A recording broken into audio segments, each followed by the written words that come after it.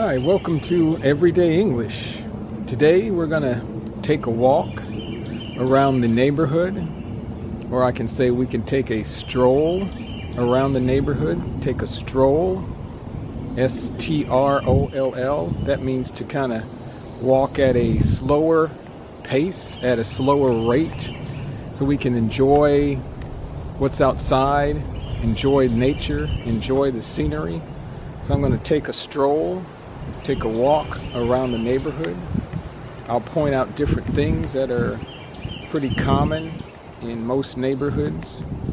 And this neighborhood here is a little bit different because I live in an area that is heavily wooded. Heavily wooded, that means there's a lot of trees. So you might be able to see behind me. There around me, there are a lot of pine trees. So it makes it a nice place to live, a nice place to take a walk. And today, the weather is nice because a cool front came through last night. That means the weather changed last night. The weather became a little bit cooler, not a whole lot cooler, but became a little bit cooler. So the temperature is not quite as hot. The temperature is not quite as hot. It's cooler today than normal. I live here in Texas, and it's June, almost the middle of June. And in June, the temperature can start to get pretty hot. We can have days in the 90s, and in the summertime, the temperatures can get to 100 degrees Fahrenheit, 100 degrees Fahrenheit, which is very, very hot. And also the problem here in this part of the country, in this part of the United States, is that the weather can be very humid, which means there's a lot of water, there's a lot of moisture in the air, so you sweat a lot. Or you perspire or sweat is the same thing. So you can listen to me as I speak, work on your listening comprehension skills, and hopefully you'll find this video interesting for you. So I'm going to stop now and pan around. So this is the street, the roadway I'm walking on, and this road is made of asphalt, which is very common in a lot of rural areas. Rural means that it is not kind of away from the city. Usually in the city you have streets that are made of concrete. But here the road or the street is made of asphalt. You can see here on the left is what we call our typical or traditional garbage can. So here in the United States, people, and this is very common, we place our garbage in a garbage can, which looks like this, as you can see. It is usually 90 gallons, and the city will come by with a truck with an automated arm that comes out, grabs the can, lifts the can, and dumps the can into the truck. And typically the city provides the service once a week. So the city comes by one time per week and collects your garbage. And there is a monthly fee that they charge for that service, which is usually between $15 and $20 a month. Here in front of me is a speed limit sign, which tells you how fast you should be going, or you should not go faster than what is on the sign. So this sign says speed limit 30, and that means the speed limit is 30 miles an hour, or we can say 30 miles per hour. Either way, 30 miles an hour or 30 miles per hour. Here I'm going to show you there's a typically this is a mailbox. So where the mailman, the person that delivers the mail, comes by in a truck and he puts the mail inside the mailbox here. So these are different mailboxes for different addresses. You can see the street number is on the mailbox. So this mailbox has 3712. As we continue to walk, you can see how the roadway slopes down. Slopes down, that means it goes down at an angle, at an incline. And it also curves around to the left and then back down around to the right. So the road is not straight. The road curves, or we can say the road is curvy. And we can say the road snakes around. The road snakes around because it looks like a snake where it moves from side to side. It goes to the left, the right, and it's not straight. That's why we say, or it could be an S curve in the road. So I'm going down the road. I'm walking down the road, I can say. Taking a stroll, enjoying the cooler weather. And here in front of me on the left side of the street, there is a what we call a power pole or telephone pole. Typically it's called a telephone pole. So it's a wooden pole that's in the ground. And it's called a telephone pole because you can see there are some lines or wires that come into the pole, and then the lines go from pole to pole, we say, because there's another pole, telephone pole, further down the street. Let's see if I can show you that. As a car passes me, goes by, see there's another telephone pole further down the street, and the lines go from pole to pole.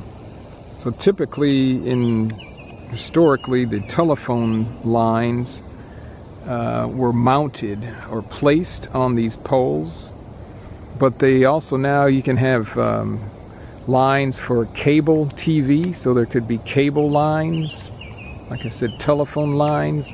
Also electric lines or power lines, we call them. Electric lines or power lines. And here as I continue to walk, there's some other street signs, traffic signs we call them.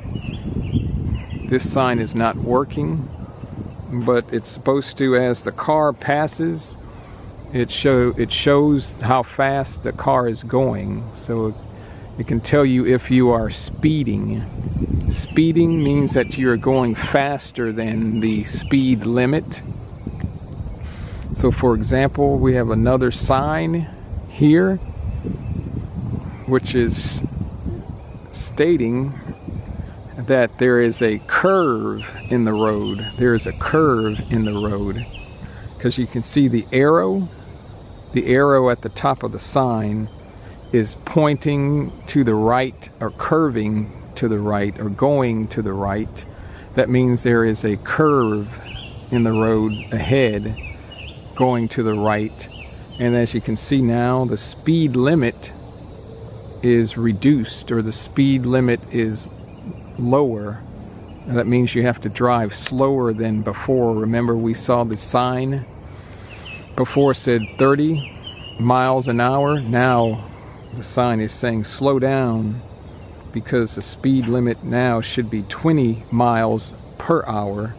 MPH means miles per hour, 20 miles per hour, because you need to slow down for the curve that is coming up ahead of you. We call this is a brick house because the house is made of brick, red brick. But there are some houses here. All the houses aren't made of brick. There are different styles, different types of houses. Here's another type of sign. This is showing that there may be people walking around the neighborhood or actually hiking. Hiking means that you're usually walking around in on an area that's in the woods or in the forest or on a trail, and you might have a walking stick and a backpack. This is telling drivers to be careful, to be cautious, and to watch out for people that are walking around. We're coming upon another house here, and I live here in Texas in the United States, the southern part of the United States. And there is, I think, a stereotype. A stereotype means that it's like an idea that people have about people that live in Texas. And a stereotype may or may not be true. It's what you think is true. But people think everybody in Texas drives pickup trucks and we ride horses. But that's not always the case. Here there's this power pole or telephone pole. And you can see this pole also has what we call a street light that is attached to it. Street light. So at night the street light comes on to give light to the road so the drivers in the cars can see. So we call that a street light. I love to walk. My wife and I, we can take a walk, and there is a specific path that we take around the neighborhood. So we say we take a walk around the neighborhood. Although we may not actually walk in a circle, we're just walking around the neighborhood or walking through the neighborhood. But it's very relaxing, it's very peaceful. We can see a lot of animals. There are a lot of birds. Sometimes we even see deer with their young, which are called fawns. And I like to also take pictures. I'm a photographer. I'll put up some of my photos on the YouTube channel from time to time so you can see that. But now as we're walking, you can see the road changes and the road goes up now. We say the road goes up. So the road was down, now it's going up to a higher elevation, a higher point up ahead. This area here on to my left is, we say it's wooded area, or heavily wooded. Heavily wooded. Heavily wooded means that there are a lot of trees in the woods. So it's heavily wooded. May sound like a strange explanation to say something is heavy or heavily wooded. That means it is very dense, densely wooded. Dense means there are a lot of trees per specific area. It's very thick. The woods are very thick or heavily wooded. And there are some signs here on the left, which means that there are tracts, we say, or lots. So tracts or lots are areas that a person can buy here in this area of the woods. It may be 1/4 of an acre, maybe half an acre. And the sign here is telling you who the what we call the real estate agent. Real estate agent. Real estate means just land that people can buy. An agent is just the person that sells the land. Here we have reached the top of the hill. The top of the hill. Although in Texas the land is very flat, so there's small hills. But as I turn and look behind me from where I came, see how the roadway goes down, or the roadway dips. It dips down, we say, and it comes back up. It dips down at the low point, and it goes back up. But here I have come to what we call an intersection. And this is called a three-way intersection because there are three roadways that intersect at this point. So the roadway goes in front or ahead of me. There's a roadway behind me, right? And as you can see, if I look to my left, there is another street or road that goes down to the left. So this is called an intersection, or a three-way intersection. As we keep walking, you can hear the sounds of the birds chirping. So the sounds that the birds make, we call chirps, or we say the birds are chirping. The birds are chirping.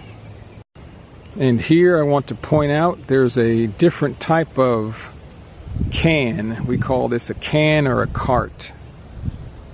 And as you notice before, the can that we saw earlier was a green color, and that meant that that was a garbage can. But this can is blue in color, so that means this can is for recycling.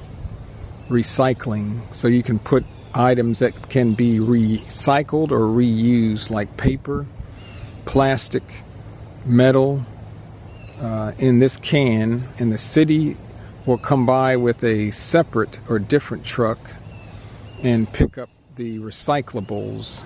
So the material that's placed inside the recycling cart or the recycling can are called recyclables, and the city takes that to a special facility, special business that recycles the material.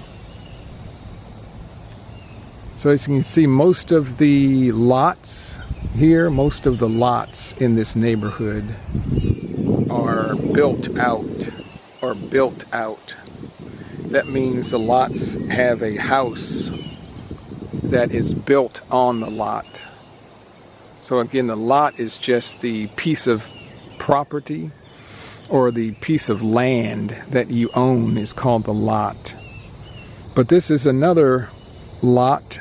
We say this is a vacant lot, because there is no house that is built on it, a vacant lot. But this lot is different than the other lots that we saw earlier, remember? Because the other lots had a lot more trees. The other lots were more heavily wooded. But this lot is not as heavily wooded. Looks like somebody came in and cut down or cleared. They cleared a lot of the trees. They cut down or cleared a lot of the trees. They took them away. And here, this object that is sticking out from the ground, is called a fire hydrant or fire plug. And this is what the fire department will, when their fire trucks come to fight a fire, we say they fight a fire. If a house is burning, the fire truck will come They will take their hoses and connect the hoses to the fire hydrant, and the water here is under pressure, and they will use the water from the fire hydrant to fight the fire. So I hope you're finding this video informative or informational. That means it has a lot of information. You're finding it useful, finding it enjoyable. You're able to practice your listening skills, for it is very important, I think, in learning another language, to be able to practice your listening skills. I know what it is like because I am also learning a foreign language. I am learning or studying Spanish. So it's very important. I listen to a lot of podcasts so I can hear. I watch a lot of videos on YouTube, like this video. I also read and also try to practice speaking. So I think there are four things that you need to do that are very important if you want to learn a new language and to get better or improve in your new language. One is to listen. I think listening is very critical, very important, because you can start to understand and get a feeling for the rhythm of the language. At first it is difficult, but like anything in life, it takes practice. Two, it's important to watch videos, learn new words, vocabulary, grammar, to read, and also, most importantly, I think, to learn to try to speak the language, to use the language. That is really the only way you're going to really improve and feel comfortable and confident in the language. Okay, as we're continuing to walk, we're passing this house, and as you can see, at this house there is an American flag that is flying. An American flag that is flying, and it is flying on a flagpole. Learning a foreign language is not easy. There's a lot of frustration, but we have to have perseverance. That means we have to keep going. We have to continue no matter what happens. Even if things are difficult, we get frustrated. You have to keep at it. You have to continue. You have to keep at it. You have to keep going. There's no other way. And one good thing about living here in this neighborhood is there is a lake in the area. And here I'm going to show you the one part of the lake.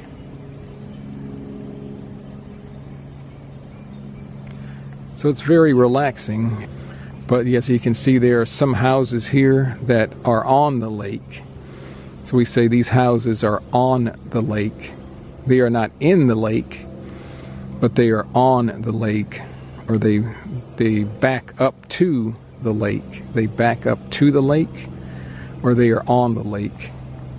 So as you can see, this one house, they have a type of small boat, which I think is called this is a paddle boat, where you use your feet and legs to, like on a bicycle, to paddle the boat. Because on this lake, the lake is small, so on this lake, no motorized boats, no boats with motors are allowed. So you can sometimes see people using canoes, or these small types of boats, or maybe kayaks on the lake. And I don't know if you can see, but there are some little insects flying around, And they are called dragonflies that are flying around. They're very quick.